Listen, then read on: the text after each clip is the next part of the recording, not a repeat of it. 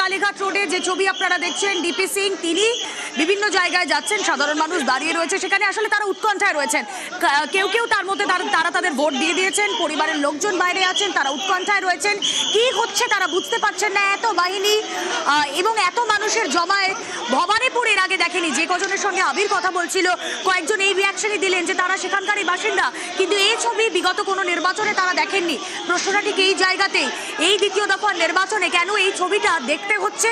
ভবানীপুর ভরকেন্দ্র আমরা জানি, সেই ভবানীপুরে প্রথম দফায় যে শান্তিপূর্ণ ভোটের ছবি আমরা দেখেছি, তার খানিকটা রেশ পড়লেও পড়তে পারতো, কিন্তু সকাল থেকে আমরা দেখছি বিভিন্ন সময় এই জমায়েত, আরো বাহিনীর লাঠিচার্জ।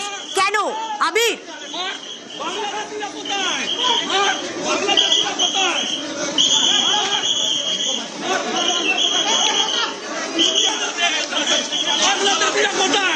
আবির শোনা যাচ্ছে না? আবিরের সঙ্গে যোগাযোগ বিচ্ছিন্ন হয়ে গিয়েছে। ভবানীপুর ভরকেন্দ্র ভবানীপুরে মমতা বন্দ্যোপাধ্যায় ভবানীপুরের প্রার্থী, তৃণমূল প্রার্থী।